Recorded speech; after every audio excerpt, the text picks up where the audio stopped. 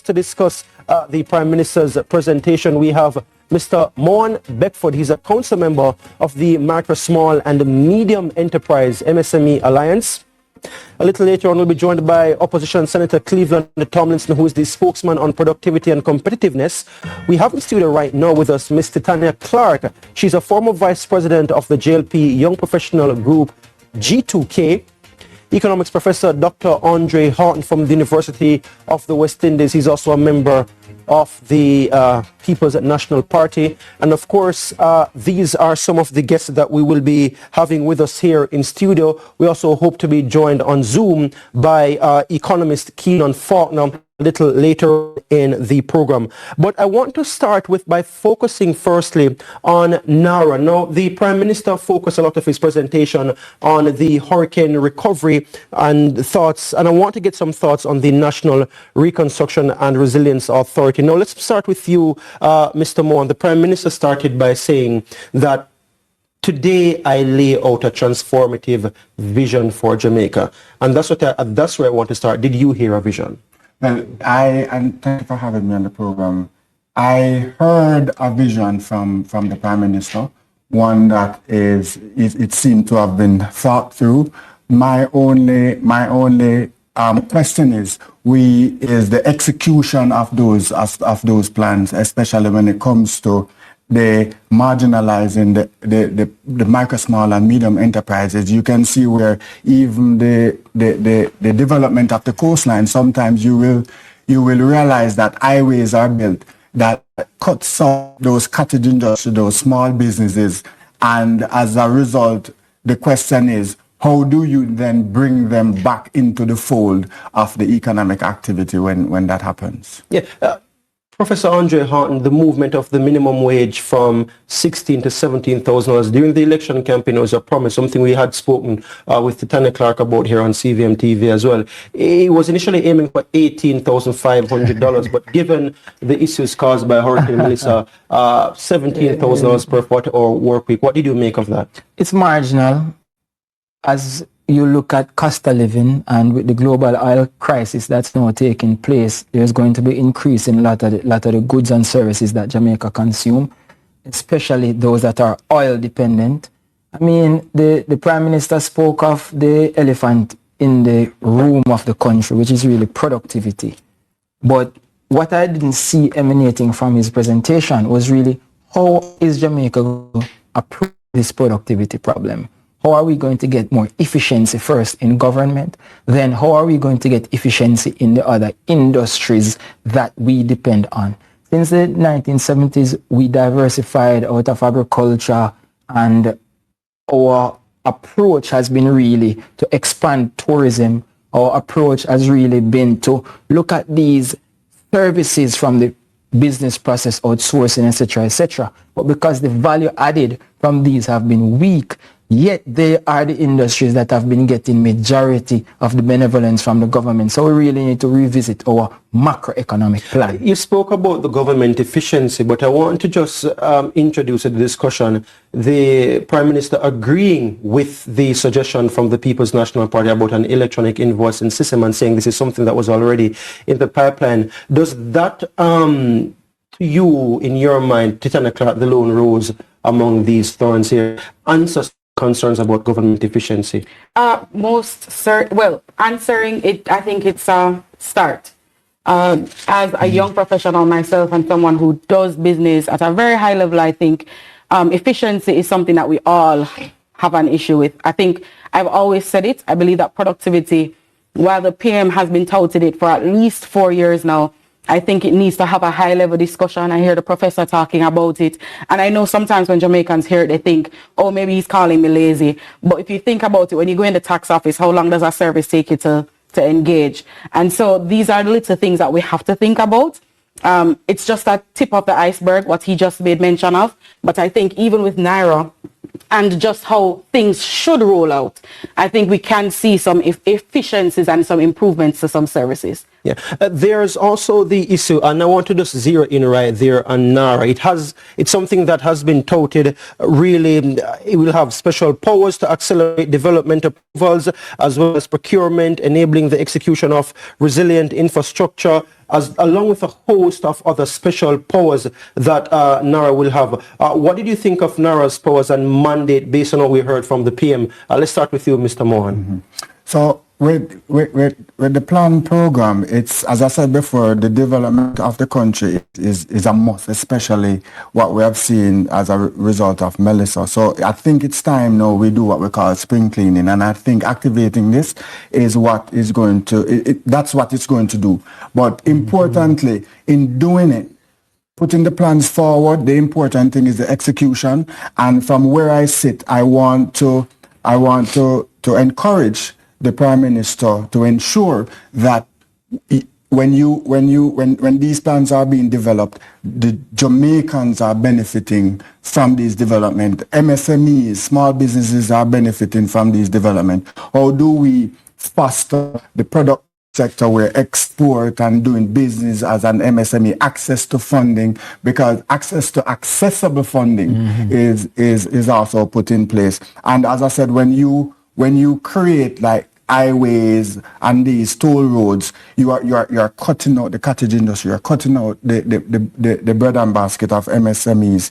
How do you then get them back into the fold of things? We see what happened with the highway, that the north-south highway that takes you from town to Ocho Rios, where it cuts out faith, spend, lime in those sort of industry, in Bagwalk. So how do we get that back? The MSME that are cut out back into the fold of everything. Itching to come in. Because we started the conversation, but it's important to go back to the key language and word used by the today, which was resurgence. Now, resurgence can insinuate either you're improving on something, building back something, but for me, it speaks so quickly, and I hear you making reference to that. The businesses that we may lose with the development or the resurgence of what NARA should bring to us, I think it is important that we look at not just building back, but building back resilient and building back with the speed and the alacrity that this country needs to get us back to the stage where we could tout about how our economy was growing. The resurgence that we're looking forward to is something that with NARA, I'm hoping, as I said, with the agency, we've always heard agencies and acronyms, but we want to make sure, as you made mention, it is executed. And I think with their mandate, and a very large mandate, we should be seeing some improvements soon. We heard some other acronyms as well, JAMRAC and some other stuff, and we want to come back to that on the other side of this. So first break here on CVM's lead story budget special. We're going through point by point as much as we can, because the Prime Minister did say a lot in 4 hours, as many as we can, on some of the major points from the Prime Minister's presentation here on CVM TV. Stay with. So let's go now to the Prime Minister's announcement of the increase in minimum wage. Last year, we signaled our intention to continue the journey from a minimum wage to a livable wage. And we indicated the next step would be to increase the minimum wage to $18,500.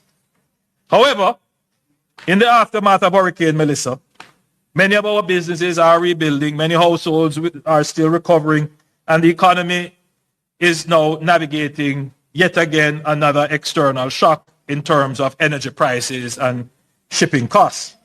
In this context, the government believes it is important to strike the right balance by continuing to improve earnings of workers while recognizing the realities employers face. We therefore propose a measured increase in the minimum wage from $16,000 to $17,000 effective July 1, 2026. This does not represent a departure from our long-term policy objective. The government remains committed to transition from a minimum wage to a livable wage, and as economic conditions stabilize, we will continue the phased increase necessary to realize that vision of the Jamaican worker.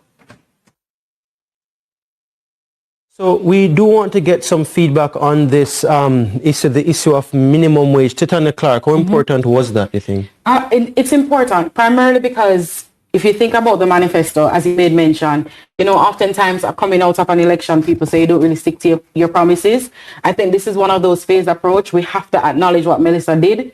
And so even though persons may be expecting the 18,500, at least there's an increase. And that is something that we have to consider in the, as I said, resurgence. There are so many things that Melissa would have impacted, but sticking to our promise and at least phasing it out is something that we have to acknowledge and see how it goes. Yeah, and for you, Mr. Mohan? Right. So for the increase in minimum wage, we understand that regular working Jamaicans are also feeling the pinch of the increase in costs. So increasing the minimum from that perspective is a good move. However, we cannot deny that micro, small, and medium enterprises are going to feel it.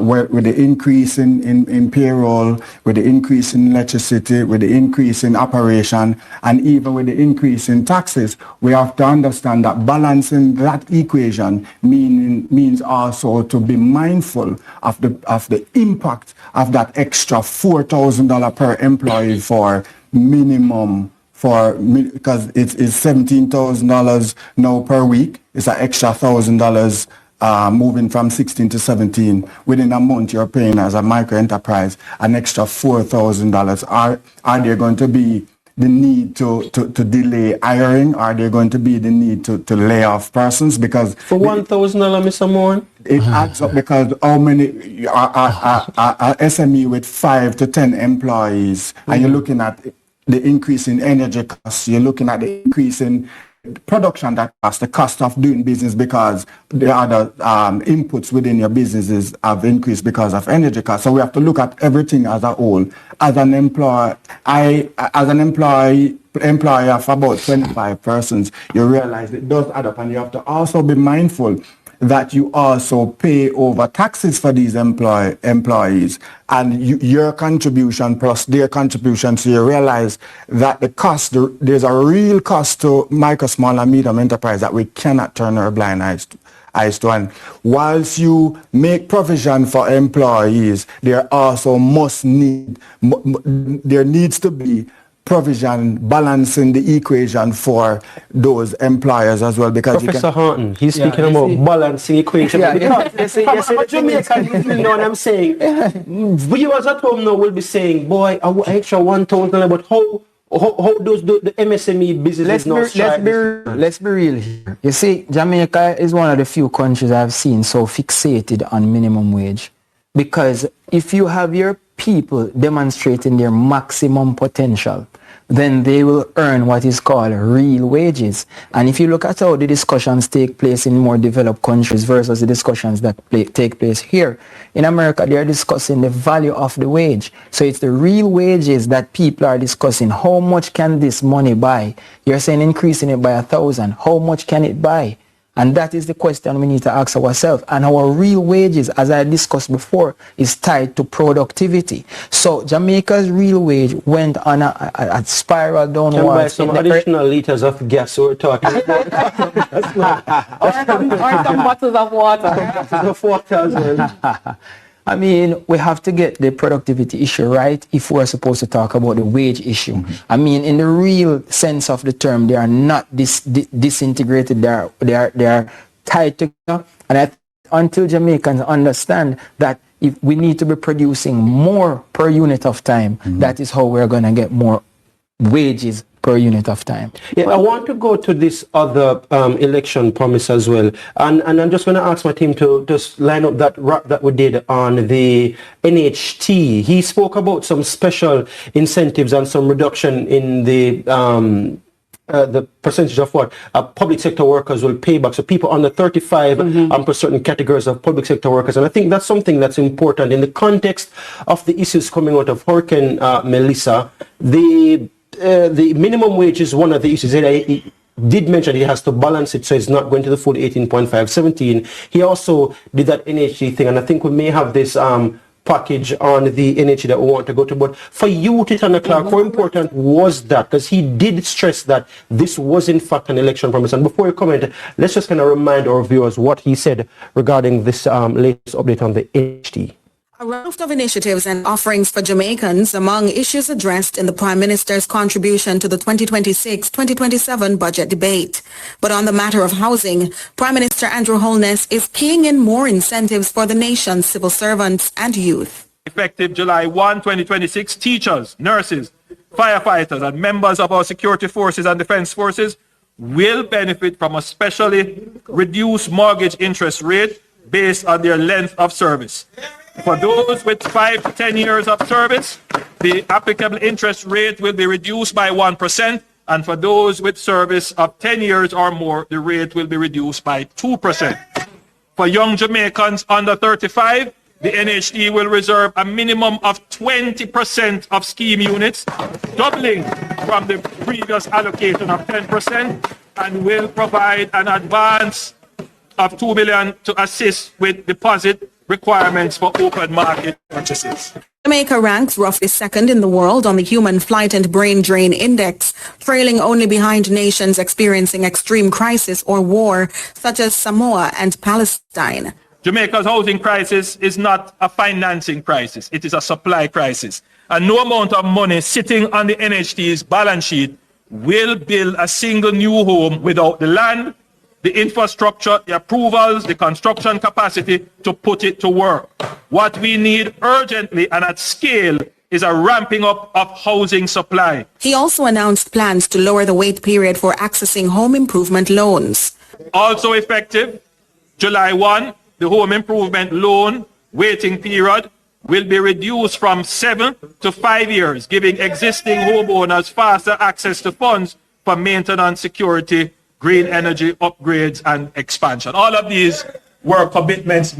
Titania Clark, he was saying that these were commitments made during the election campaign there. Your reaction? Again, it's something that it is important to us as young people who sit around the table that some of these commitments that we would have helped to put forth to the Jamaican people is coming forward. So when you look at it for NHD, we're talking about teachers, nurses, or public servants. They are priority. If you thought about Melissa and the schools, young people as well, Melissa, things that happened in Melissa, you want to ensure that even with a hurricane, your schools can continue because your teachers have secure housing. Your nurses don't have to be thinking about their roofs going or where they're sleeping because they can be a part of that emergency care. So it's important that we prioritize this sector, and we again tying everything to productivity. I know Andre speaks about that. He says if you're working up to 10 years, it's 1%. Above 10 years, it's another percentage that is reduced. So it speaks to keeping you within the teaching sector, because now if you're in 8 years and you're thinking about migrating, maybe this is something that will help you to stay back so you know that you have extra percentage. Good enough move?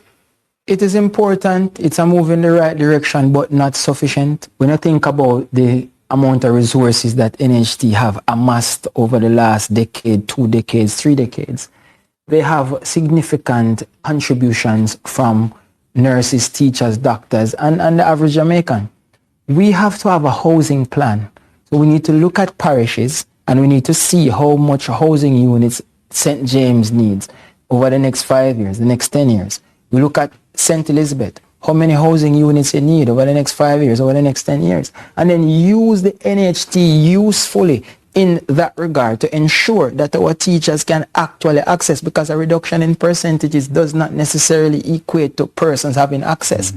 You following? So that's something that we have to think about. So we look at access, but one of the facts that he made mention of was also the $2 million if it is that you're not purchasing an NHD scheme. And I know that oftentimes people speak, when we speak about NHD, sorry, the $2 million he spoke about was the deposit that you can have just in case you don't have cash. Just for but clarity. Oftentimes we speak about NHD housing schemes, but the truth is, as young professionals, you may want to purchase an apartment that is not a part of the NHD scheme. So this $2 million towards your down payment is also a massive step in the right direction, because this is a hurdle that many people face. For you, Mr. Mohan? Right, as I said, it's a step in the right direction, but there's still a gap. Because what I've noticed... Tell me the gap in 20 seconds. What I've noticed is that as the access to NHT funds it grows or gets better, the housing prices go up, so it just balances out. So the accessibility is very difficult. Yeah, lots more to chunk off here from this presentation that the Prime Minister gave in Parliament. We heard about so many other issues as well, the Kingston Public Hospital, among so many other issues. When we come back, we'll be hearing more from our guests here right now, as well as we'll be joined by some others in studio. Stay with us. It is CVM TV's lead story, budget special. He spoke about so many issues in Parliament. We've looked at the issue of the NHT already and what the government is doing for public sector workers. We just spoke about that. Before that, we spoke about the increase in the minimum wage as well as several of the other issues. I want to go back to this point on the NHT. The opposition, as we're now joined by Cleveland Tomlinson, opposition senator. He's also the spokesman on productivity. The economy, PEC, told me productivity, efficiency. Competitiveness. Forgive me, I can't keep up with so many of these things. We also have Vice President of Generation of G2K, Newton Harris is also a social and political commentator joining us now. And also the Dean of the Department of Economics at the University of the West Indies, Dr. Christine Clark, and we're still joined by Mr. Mohan of the MSME Alliance, Bedford Mohan. I want to touch on the matter of the NHT journal. The Prime Minister said that the gross amount, while it being 11.4, is actually, the net amount is about just over $7 billion, or about $7.5 billion. He did consider, listen, this is not ideal, but in this moment, we have no choice. Is the opposition being hypocritical in its criticism of the NHT drawdowns, Cleveland Tomlinson? Absolutely not. We could not be hypocritical when the balance sheet and the income statement of the NHT says something else. When you look at the 26-27 projection in the income statement of the NHT, you can look at it in the public body's estimate. Whilst it says that the NHT will have an accumulated profit of 190 billion, the actual amount in cash and liquid asset is less than $40 billion. When individuals seek financing through the NHT, the portion of the income statement that will provide financing is actually cash that is available, the liquid asset that can be loaned out in financing. And that is a lower portion of the total income statement. So because there is limited cash and liquid asset to be given in loans to the individuals who would want financing, what the NHT has had to do is to outsource its lending to the respective external partners, i.e. private commercial entities.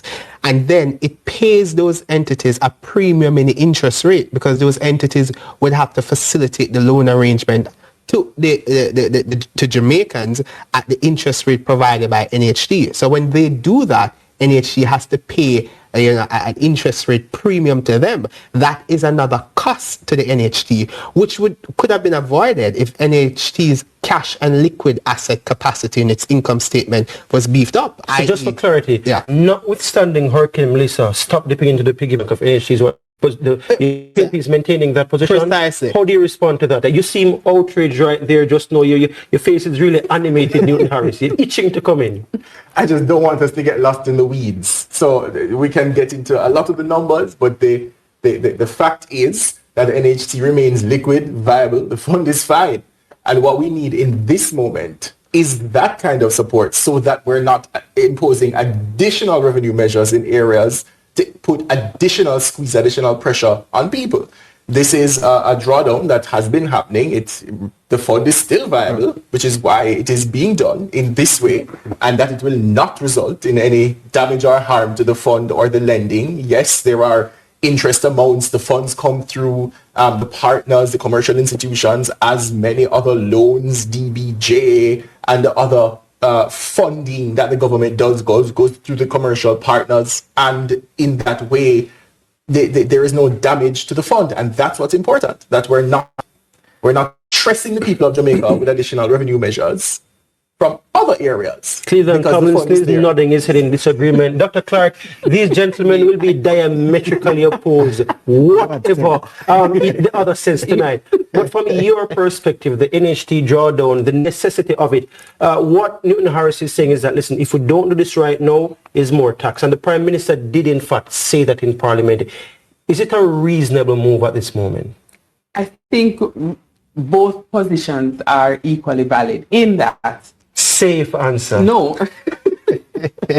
In that the public bodies exist to serve the people of Jamaica, right? And so the fundamental issue is, do we want the NHT to be holding on to our funds for us, or do we want to have it operating differently? We know that there is an implementation deficit with the provision of housing. We've never been able to keep pace. Yes, there are plans, housing in its most broadest sense, housing solution, whatever that looks like. And so if you have this economic crisis, let's forget the previous years, and you have the ability to get a dividend, then, and it should not just be from the housing trust. It just is the entity that we've been used to doing this, but there are lots of other public bodies, I believe, that should be thinking about how they can contribute beyond their direct mandate to financing the other needs of Jamaicans, because it is not quite the ideal governance situation to have bodies sitting down on cash reserves when the rest of the society is struggling. Yeah. So it's a discussion that we have to have. I mean, it started, people are now saying, well, tax me less from the NHC and let me go ahead and do my own thing then, as far as it relates to housing. And that's a valid pushback. But again, just like with pensions, the question is, will we actually do it? Will we be able to overcome the structural issues, the inadequate number of construction workers skilled that want to work on an individual house-by-house basis? Yeah. Many of the high-skilled ones want to work on the larger projects because that's more, stretching their expertise and, of course, a steadier cash flow for them. So there will be challenges if we do go that way. We may not still achieve the outcome. Yeah, we did speak about before the electronic invoicing system. That's something that was spoken about by the People's National Party. The Prime Minister agreed and said, listen, this is so, it doesn't even make no sense to tell her right now, say, listen, we already had this in the pipeline. We are an agreement with this thing. He did, however, push back on the pro-cyclical committee, saying, okay, actually, this is counter-cyclical against what Mark Golding was saying. Your response to that? Yeah, I heard the Prime Minister's argument, and the essence of his argument is that it's not pro-cyclical because the government would be, in essence, injecting the money back into the economy. It's just a matter of who spends the money. What does it mean? Simplify. Break it down from our views, because it sounds very technical and highfalutin. Yeah, I did when I was with what's her name? Elsewhere. Right. So the pro-cyclical means in essence that you're pursuing a measure that reinforces the problem. It doesn't solve the problem. It doesn't move against the problem. So there's a contraction in the economy. The tax base has been eroded. People's spending capacity has been reduced, but then you are taking more money from them through taxes. That's a pro-cyclical problem, meaning you're moving in the direction of the problem. A counter-cyclical measure is you move against the problem. The tax base has been eroded. People have lost jobs. The productive capacity of the country has been hit significantly. Then you do not take money from people's pocket. You want to give them back the disposable income so that consumer demand can rebound and that can contribute to a resurgence in the productive capacity. But I must respond to the Prime Minister's argument, because what he's saying is that when he takes the money from the people through taxes, then government will spend the money and government will be injecting the money back into the economy. The problem the problem with that, Gio, is that the government has had a challenge with spending the capital budget, which is the part of the budget that actually generates growth in the economy. For the last 3 years, they have repurposed the capital budget and have used it for recurrent expenditure, i.e. debt payment, etc. That doesn't put money back into the economy. So the Prime Minister is not appreciating that his government has an implementation and spending problem. Read the aspect of the spending. Newton Harris, you want to respond? Yes, well, thank you for the explanation. But where you're going is saying that the Prime Minister is wrong in that the money will not be spent in the way that he intends to spend it, except that he has announced, he has tabled the NARA, and the NARA is supposed to be that body. The NARA, along with the complementary framework for FAST, is supposed to be the fast tracking of the spending of those funds. NARA, I know it's a new acronym, so it's the National Resilience and Reconstruction Authority, just so that we're all still on the same page. We do have to take another break. When we come back, we will be giving you all some cue cards, factor, fiction, factor, spin. When we come back, we did want to get a quick comment on the One Road Authority as well. So before we even go to that, we want to hear your thoughts on it. We have to talk a little bit about Cuba. The Prime Minister also addressed that in his presentation. So stay with us. This is Lead Story or Budget Special. We're analyzing, and we're going to just lay it out right now, some of what the Prime Minister said in his nearly 4-hour presentation in Parliament in his contribution to the budget debate early. We have been looking at the Prime Minister's presentation and taking out some of the major talking points. Looked at NARA, looked at the minimum wage, as well as several other issues that the Prime Minister spoke about. He also addressed the situation in Cuba. He said, and I quote, "As our closest neighbor, we are concerned for the situation in Cuba, and through CARICOM, Jamaica will do its part to offer support for our brothers and sisters in Cuba. We take note of press reports that have talks have opened in Cuba and the United States, and this is a moment for reform and reset, and we are hopeful for a positive outcome." He also said that the government is still hopeful for talks to resume regarding the Cuban medical program. Is this enough? Is what he said about Cuba, in your opinion, and I know you spoke already, Cleveland, but is it enough for you?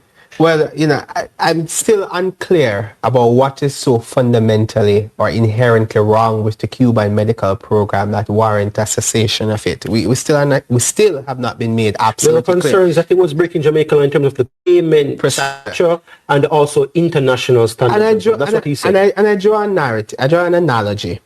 When the government contracts security companies to provide services at the respective ministries, departments, and agencies. Security companies, not the government doesn't pay the individual security guards. The government pays the security company. The security company pays the security guard, but they also get a commission from that salary. That's how the security companies make their revenue. Precisely. I don't see the significant dichotomy between that arrangement that the government engages with and the arrangement with the Cuban government. So I am struggling to see, and I don't think the administration has clearly articulated fundamentally what about it is in breach of the law. If you look at Jamaican medical services, it's the same thing. When they supply labor to the hospitals, you pay. What your response to that, Newton Harris? I am not sure why Cleveland doesn't understand that people who live and work in Jamaica, Jamaicans, abide by the laws of Jamaica. People who come from outside of Jamaica to work in Jamaica must also abide by the laws of Jamaica. And it does not help that their government or our government is inserting itself in between that arrangement and taking the salaries. So if it is not... You're not responding to the argument. I'm not understanding what you're saying. Cleveland, all right, let's go back to the facts. According to the government, the Cuban medical workers and teachers who came here were not in possession of their passports. That is human trafficking. That is a feature of programs and the arrangements that we see in other parts of the world. I don't want to get into that, where people's passports are taken and they're put into servitude. That word servitude has been used to describe the arrangement before the government stepped in to fix the issues. The Cuban government apparently has gone far enough, as they feel, to fix some of the issues, but there are issues that remain solved, and until they are solved, and therefore the program comes into compliance with the primary law, it should not be renewed. But I want to say though, Mr. Harris, it comes in the context of all the pressures that that Washington is applying to Cuba, the oil blockade and everything, and that cannot be ignored. The point at which the government realized that this was an issue. And I just want to introduce the questions right now, and they all have some indications in there. And so the red means you don't agree with the statement. I'm going to let you respond. The red means you don't. Red means what? So red is spin, green is fact, and yellow is in between. And again, I said this in the last program, I'm going to say it again right now. The colors we're using here are these are universally accepted thing, and for no other reason why I was saying the things indicate what they do. But you wanted to finish your point, then. I wanted just to give you a chance to finish your point, though, Newton Harris. Yes, thank you. That the Prime Minister, I think, did an excellent job. Anybody was listening whether you're a more mature person, whether you're a younger person, you could understand the clear foreign policy direction and thinking of the government. Yeah, in his government, he says that Jamaica is economically standing on good ground economically as its international foreign policy. Principled and pragmatic. But that position had to be arrived at based on assessing the geopolitical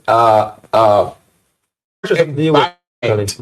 So he gave a very good development of the geopolitical landscape around the world. Do you accept that? No, again, I don't accept that. And again, he has not critically dealt with my argument about what is so fundamentally different between the arrangement that the government engages with security companies, which is widely accepted in the exchange of labor and payment in Jamaica, and the Cuba medical program. He has dealt with that. Thank you. So an article. No, hold on. International labor conventions. You know, I saw an article. We probably have to agree to disagree on that one fairly, because I don't think both of us. Yeah, he did raise the issue of the Jamaican laws and also international standards. You know, I know the art. No Jamaican supporter. And you do have to move on that one. And I can no Jamaican supporter of the PNP. Newton, raising your voice doesn't improve the argument, Newton. Okay, let us now go to some questions that our team has prepared. I'm just going to bring up the first one on screen. NARA will finally fix Jamaica's slow project execution problem. Fact or spin? All right, so sorry, I didn't get the Mr. Mohan, bring it up again, the question again. NARA will finally fix Jamaica's slow project execution problem. As expected. So, Mr. Mohan, you're partial. I don't know. You don't know. So you're saying you don't know. I'm saying yes, saying no. Okay, 10 seconds each. You have to move on. This is a quick thing. In the absence of clear articulation about the operating model of NARA and how it will fix the actual nitty-gritty within the ministries, departments and agencies that it's working with, in the absence of that articulation from the Prime Minister, I have to treat with the data I have now. And the data that I get from the Prime Minister is that the legal powers will be granted to NARA through legislation. Legislative powers in itself will not solve the bottlenecks that have plagued the implementation of large-scale projects. It's on that basis I'm saying, as at now, with the limited information I have, I can't say it will resolve the issues. Your question is very broad in scope, but NARA deals with something that is very specific in scope, meaning the reconstruction and resilience. So reconstruction and resilience projects to make us better, more resilient, coming out of that, the western side of the island, etc. There's not everything across government. That's why I say I qualify. But I do believe that NARA will do what it is intended to do, along with FAST. Okay. And you wanted to make a point? Well, I was just saying I'm not sure because I'm not clear on the why the previous efforts have not worked. Why the previous, efforts at implementing these major projects have been challenging, and then how NARA's authority will either force MDAs to work with them, or they will just work with the private sector and eclipse that. Will they be exempt from the procurement? I don't know. Okay. So I'm not sure that it will finally fix it. It Need could to get very a couple well. more questions to all of you. So limit your answers to 20 seconds or less. Another question. Jamaica has basically achieved full employment. Fact or spin? The Prime Minister said that today. Jamaica has been, and this is just, others of them is coming from his speech, by the way. Basically achieved full employment. Fact or spin? Partially agree. From the numbers. Dr. Clark? And Mr. Mohan? Partially agree. So we have two partial, two in agreement. Let me hear the partial reasoning. Well, as an economist, I have to be guided by the data, and the numbers will tell you that roughly we have, in terms of the absolute figure of full employment. But I think important context needs to be behind that explanation, because it's not numbers that tell the story, it's the lived realities of people. And when you look at the lived realities, there are many persons outside the labor force. There are many people who are qualified, capable, and are able to work but have opted out of the labor force because the quality of the wages being paid are suboptimal, that are unable to provide them with upward socio-economic mobility. In that context, so employment is at what level? Precisely so, Okay. and the quality of employment. For you, I want to hear Mr. Mohan first from the small business. Okay. No, I was just Yes, saying, so basically is the number of persons. I would want to know if in order to make that statement, whether or not you have the data, all the persons that are within the employment numbers versus what you're saying is being employed. So that's the reason why I'm on the fence with it. I would need to see the real numbers in terms of those persons who are within and without within the working numbers, and those are outside of that scope. next question. Jamaica is on track to become a global logistics hub like Dubai or Singapore. Fact or spin? Cleveland says it's spin, as expected. Newton Harris says it's fact. My two other guests say they are not so sure. Let's go with you this time, Newton Harris, firstly. I think there's work that can be done to strengthen our logistics framework. There has been actually a lot of take-up from the measures that have been done, the tax incentives. I think we're positioned in a very good place, but there's a lot of work that needs to be done. The workforce, there's a lot of work that needs to be done on the workforce. So this is why heart is so important. The training and the training for the jobs of the future that will make us ready to be that. Dr. Clark. Well, again, this is not the first time we're hearing about Jamaica being a logistics hub. So my issue is trying to understand the why it didn't work when we first, to make sure that what we're doing will address the issues that we have. It would work now. Right. 5 seconds. So we have seen no material movement in the achievement of this. Simply saying that Jamaica will become a major logistics hub does not translate in Jamaica actually becoming a major logistics hub. So I can't say that this will be the case when I've seen no material movement on the part of the administration to effectuate this. Okay. Let's go. One more question. Very, very quick. The housing crisis is not about money. It's about supply. Fact or spin? Will we get everybody agreeing to this one? Wow! This is the record. Let's get a screenshot of this, please. We finally have everybody agreeing. Let's start with you, Newton Harris.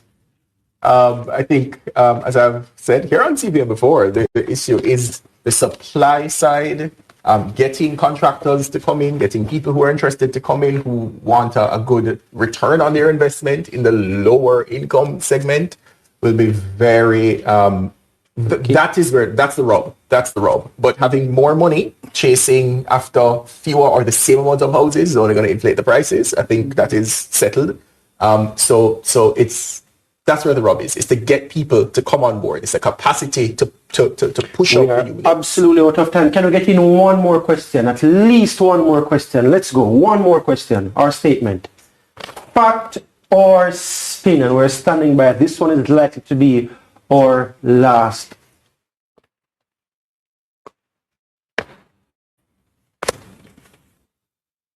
Andre Jebbins is behind the scenes working to find his very strongest last one. Jamaica secured US $6.7 billion faster than ever before. Proof the economy is strong. Fact or spin? Economy. We get the economy. Okay. We seem to be back to regular programming now. Let's go with you, Cleveland Thomas. You don't measure the strength of an economy by the amount of money that you can borrow in terms of the international package that has been secured for you. I think a key part of what we must acknowledge is a lot of that money in the US $6.7 billion is debt that would be taken on, that would inflate the debt to GDP ratio. That's money we have to repay. That's not how you measure the strength of an economy. It's how much you grow the economy in real terms. So that statement is a spin by the Prime Minister. Right, but Cleveland is the one who was right. You're agreeing with No. it? No. Let me rephrase. However, Cleveland is the one who was saying that we should be pumping money into the economy and giving the people to spend.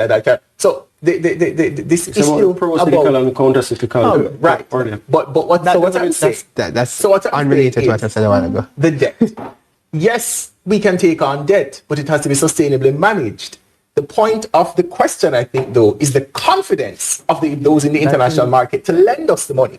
Because if the economy, if the base of the economy is not strong, then lenders will not be confident that you will actually repay on the terms that you have agreed to. So because we have received that record package in such a short space of time, having received the 3 upgrades from the ratings institutions, it means the economy is strong, and it means that they are very confident in the economy.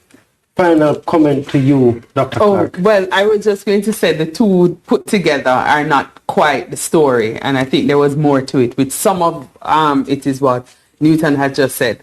It's coming, the strength of the economy is not about the 6.7 billion per se. No. It is about the things that have improved or held firm, even in the context of the impact of the Category 5 hurricane. Okay. With that, we have to leave it right there, folks. I am so sorry we are entirely out of time. I was actually having some fun. We should do this again sometime, please. We're going to invite you all again to have another discussion. Join us again on Monday, where we will be having another special lead story, budget special. We'll have a special surprise for you. I won't share it with you just yet, but Monday, don't want to miss our program again, 8 o'clock, same time, same place. Until then, I want to thank all my guests who are here now and the team who was here before holding the fort earlier on in Professor Andre Houghton along with Titania Clark. Am I missing anyone? No? I want to thank every single person who is here and the team behind the scenes, Andre Jebinson, who is behind the Factor of Fiction. Thank you all so much, the production team. Thank you all so much. Join us again on Monday. I'm Giovanni Dennis.